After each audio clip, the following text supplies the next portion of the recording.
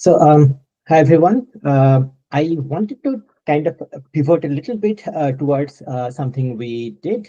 This was a research paper, and some of the work we did utilizing TPU as a cryptographic accelerator. I'm Ravin Bakoranjai. This work is part of my work in University of Houston, and this is about me. I'm also a Google Developer Expert, Cloud Champions Innovator, and Cloud Research Innovator. The reason I am here today. So let's first talk about what is the motivation, why we are doing it, and why it might or might not be important. So if some of you have attended Google I/O or seen the recordings later, this is a picture from I/O where Sundar Pichai kind of like introduced TPU version 6, the Trillium. And on the right, you have kind of a small timeline of how TPUs have kind of evolved and what they are. So TPUs are very purpose built for very cost efficient and performant machine learning applications in a very, very large scale. They are able to handle a very large amount of data for training, inference, and almost most of the other workloads you might have. Which immediately makes it very much interesting in AI workload, but also for workloads which has a huge ton of data, for example, biomedical data, multiomics data, and all kind of those things. Now, I am interested in a slightly different problem. So TPUs have been used for machine learning applications for quite some time now, and it is being used. So the Google's new Gemini, which we are gonna hear about after my talk, I guess, they have been mostly trained on TPUs, and there are pretty good good documentations on how to do a lot of these things. We wanted to see, can these TPUs also be used with very specific computations in mind, or more specifically, cryptographic computation, so homomorphic encryption and those kind of things. The reason I am interested in that is mostly because I'm interested in very specific tasks. So let's go into a bit background on it. So homomorphic encryption is a cryptographic technique that allows computation to be performed on encrypted data without requiring decryption. That means the raw data can remain fully encrypted while it's being processed, manipulated, and ran through various algorithm and analysis.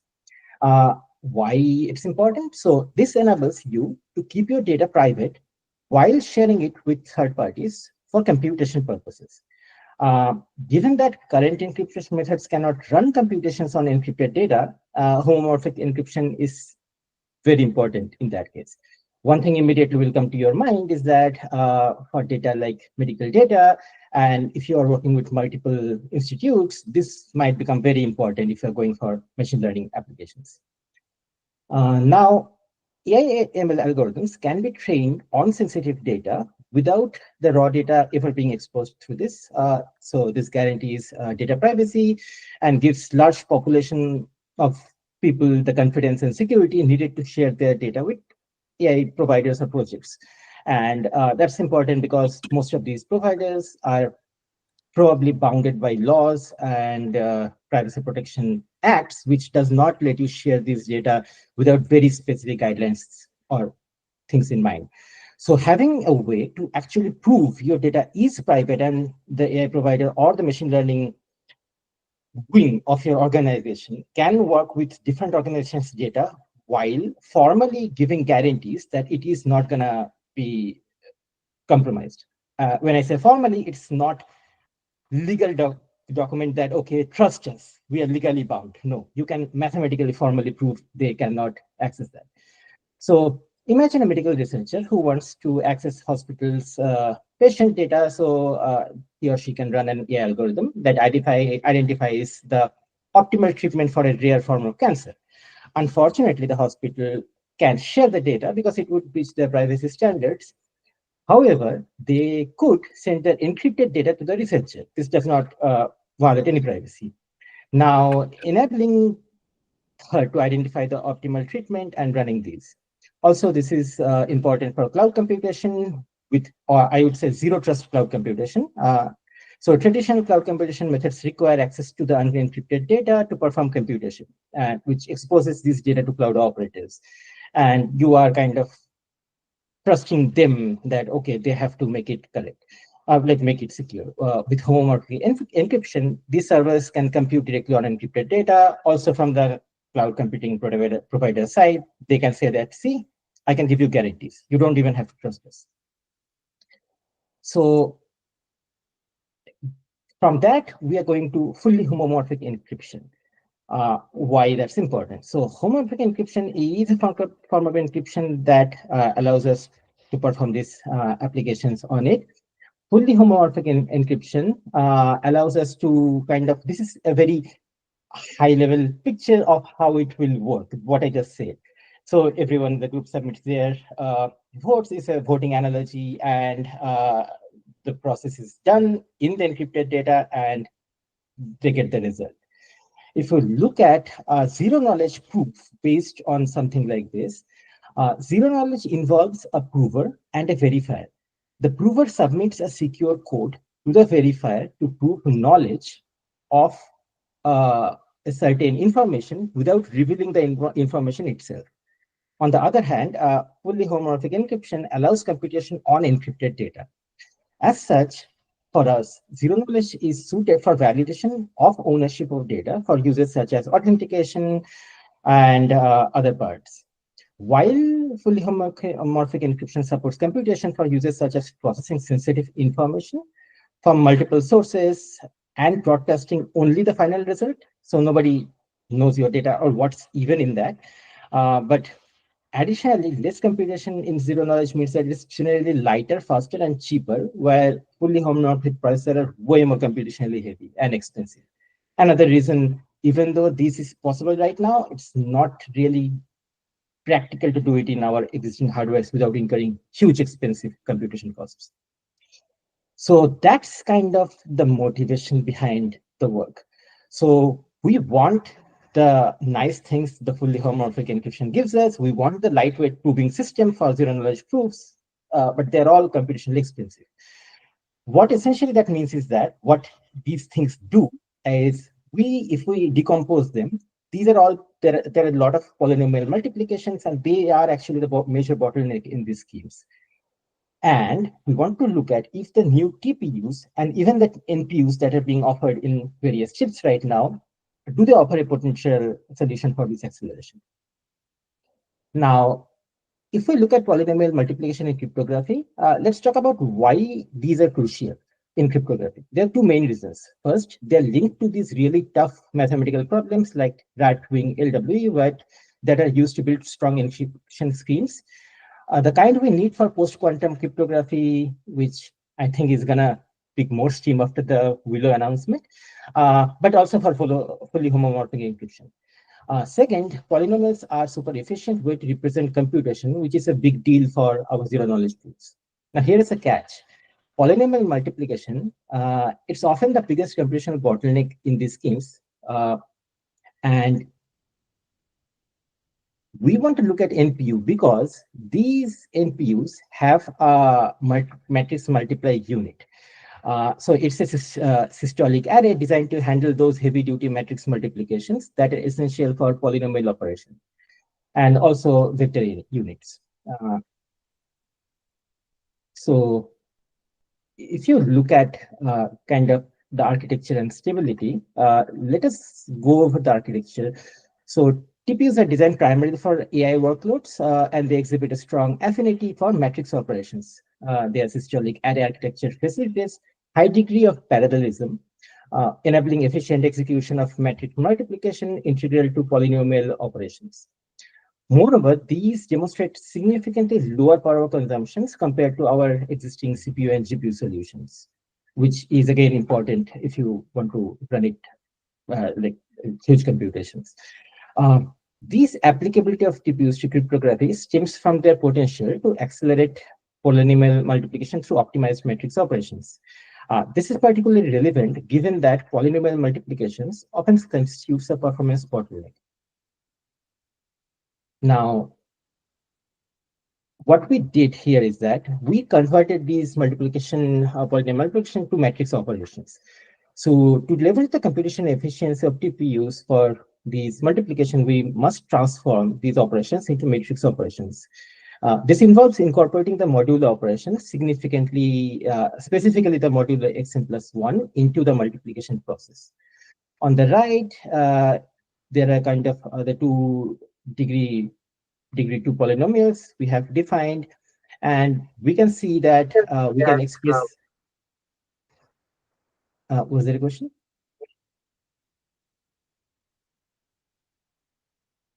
Okay, I'll go ahead. So we can express these multiplications as a vector matrix operation, and the resulting vector represents the coefficient of the product polynomial, which must be reduced to modulo q. And when the modular polynomial is xn plus 1, the conversion process becomes particularly straightforward. We can generalize this approach for any degree n polynomials. The resulting matrix has a specific structure. Each row is a right shift of the elements below the main diagonal with a sign field. By employing this representation, we can harness TPUs to like accelerate the polynomial multiplication and improving our computation. Now, not everything is rosy. While converting these polynomial multiplication to matrix operations, it is a first step, but it's not enough to fully leverage the TPUs for cryptography. The two primary challenges we have is that first, the schemes often involve high degree polynomials. This translates to large matrices that may exceed the capacity of TPU hardware. Secondly, the TPUs are optimized for ML tasks with smaller data types, such as bfloat 16. However, converting polynomials to polynomials typically have large coefficients, ranging from 10 and hundreds of bits, and defined over finite algebraic structures, not natively supported by TPUs. In this table, we illustrate a typical polynomial parameter encountered in various cryptographic scheme. As you can see, the degrees and coefficient sizes can be quite large, and that is one of the challenges we are handling in our future work. So initially, for this work, how do we handle is that to handle the polynomials with high degrees that exceed the TPU capacity, we employ the divide and conquer strategy. This is not native to TPUs. Why I say that, I'll come back to that. We break down the original large matrix and vectors into smaller submatrices and subvectors that can be processed directly by the TPU. As you can see again in the figure, the vector of dimension n is divided into two subvectors of size n by 2 and corresponding n into n matrix, and divided into four submatrices of size n by 2 cross n by 2. This decomposition allows us to perform our four smaller vector matrix multiplication. We then calculate intermediate result and combine them to obtain the final result. This process can be repeated recursively until the matrices fit in the TPU's memory constraint. This is very specifically to deal with this memory constraint. While this does increase the number of operations, it enables us to handle polynomials with high degrees that would otherwise be impossible to do it in TPU directly. Now, it is important to note that this can be generalized to other ring structures and polynomial forms commonly used in cryptography. The key idea we wanted to propose and show is that to adapt the matrix conversion process based on the specific polynomial models. Now, if you look at the end-to-end workflow, this is how it looks like. So this process involves like three main steps. So first we determine the parameter, and we determine the optimal parameters. And this involves considering the polynomial degree, coefficient, size, and the limitations. Next, we leverage the TPU to perform the multiplication on the decomposed polynomials, and that gives us the intermediate result. Then we combine these results to construct the final, and that's more or less what this algorithm does.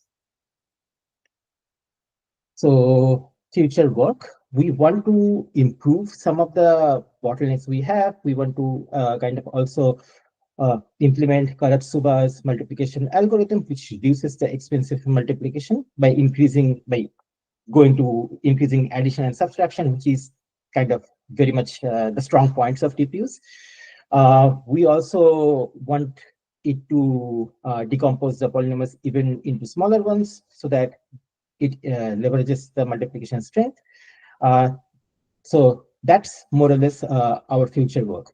One other work. So this is kind of our experiment and evaluation. So we evaluated the performance of our approach. We conducted the experiments on Google TPUs. Uh, these are done using, so caveats, this is done only in cloud TPU virtual machines, not collabs or Kaggle notebooks. They have very different TPU. So essentially these are done in TPU VMs, not TPU pods. So the table outlines two benchmarking environment we used, each with different TPU model, and our evaluation focused on the mostly computationally intensive part of polynomial multiplication. We assumed the performance using varying polynomial degrees and RNS base sizes. So the results reveal something interesting. So for smaller matrix dimension, the computation times remained relatively constant. However, beyond the threshold, the computation time increased linearly with the polynomial degree. This linear increase deviates from what we expected. But yeah, this discrepancy suggests that the TPU architecture and our optimization strategies effectively mitigate the computation overhead for larger polynomial degrees. So in conclusion, we found out in our work that the TPU show promise for accelerating these multiplications, and these can be used on some of these. So something I wanted to talk about is that we did this experiment on TPU version 2 and 3, which you might have realized is pretty old by now. Version 4 to 6, it's not public yet, but so there will be a code which mitigates some of the problems we face, some of the polynomial decomposition problems we faced with a library called JackSite. So that will enable a lot of more computation, like mitigate our bottlenecks we have faced. So that's our kind of future work to extend that using TPU v6. And as a practical application of this, I also gave a talk in KubeCon, part of Google Cloud booth, how you can use some of these techniques to supercharge GenAI applications directly using Kubernetes and TPU pods and scale it up or down based on your task requirements. That's kind of like just a use case, a GenAI use case. So thank you. That's all I had. If you have any questions, I'll be happy to take it. And you can read the paper as well on the right. That QR code should take you to the paper. And yes, I'll be happy to answer any questions or get in touch if you have any other questions later.